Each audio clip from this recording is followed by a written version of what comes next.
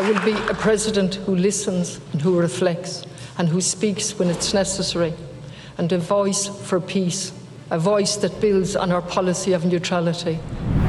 അയർലൻഡിന്റെ 10ാമത്തെ പ്രസിഡന്റായി ഒരു ഇടതുപക്ഷക്കാരി ചരിത്രം തിരുത്തി കുറിച്ചിരിക്കുന്നു.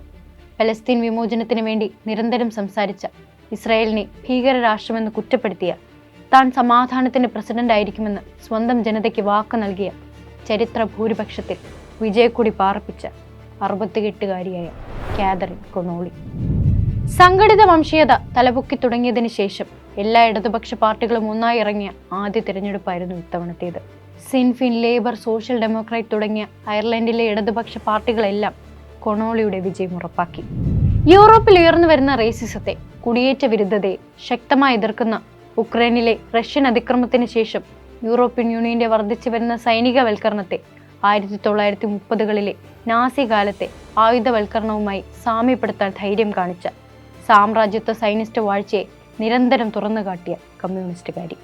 ചെറുപുഞ്ചിരിയോടുകൂടിയുള്ള ഭാഷാശൈലി, ആക്രോശങ്ങളില്ലാത്ത പ്രസംഗങ്ങൾ, സാമൂഹിക നീതിയുടെയും ഉൾക്കൊള്ളലിൻ്റെയും സന്ദേശം, ഇതെല്ലാം കൊണോളിയെ വോട്ടർമാരുമായി കൂടുതൽ അടുപ്പിച്ചു.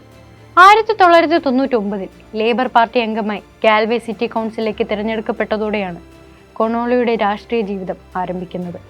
5 വർഷങ്ങൾക്ക് ശേഷം ഗാൽവേ നഗരത്തിന്റെ മേയറായി തിരഞ്ഞെടുക്കപ്പെട്ടു. 2007 ലേബർ പാർട്ടി വിടുകയും ചെയ്തു. 2016 പാർലമെന്റിലേക്ക് തിരഞ്ഞെടുക്കപ്പെട്ട ശേഷം ഗാൽവേ വെസ്റ്റിനായി സ്വതന്ത്ര ലോ മേക്കറായി 3 ടേമുകളിൽ സേവനമനുഷ്ഠിച്ചു. 2020 പാർലമെന്റിന്റെ ലോവർ ഹൗസിൽ ഡെപ്യൂട്ടി സ്പീക്കറായ ആദ്യ വനിത കൊണോളി തന്നെ. വോട്ട് ചെയ്തവർക്ക് ഏവർക്കും നന്ദി. വോട്ട് നൽകാത്തവരെ ആരെയും ഒരിക്കലും വേർതിരിച്ച് കാണില്ല.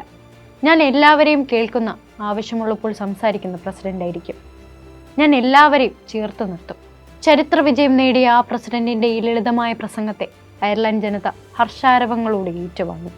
ഇസ്രായേലിന്റെ വംശഹത്യയെ പിന്തുണയ്ക്കുന്ന യുദ്ധക്കൊതിമൂത്ത സാമ്രാജ്യത്വത്തിന്റെ പാപകൾക്ക് സമാധാനത്തിന്റെ നൊബേൽ കിട്ടുകയും അതിനെ സ്ത്രീ വിമോചനമായി ആഘോഷിക്കുകയും ചെയ്യുന്ന അതേ കാലത്താണ് കൊണോളി എന്ന സ്ത്രീയെ തേടി അയർലൻഡ് അധികാരം കടന്നു വരുന്നത്.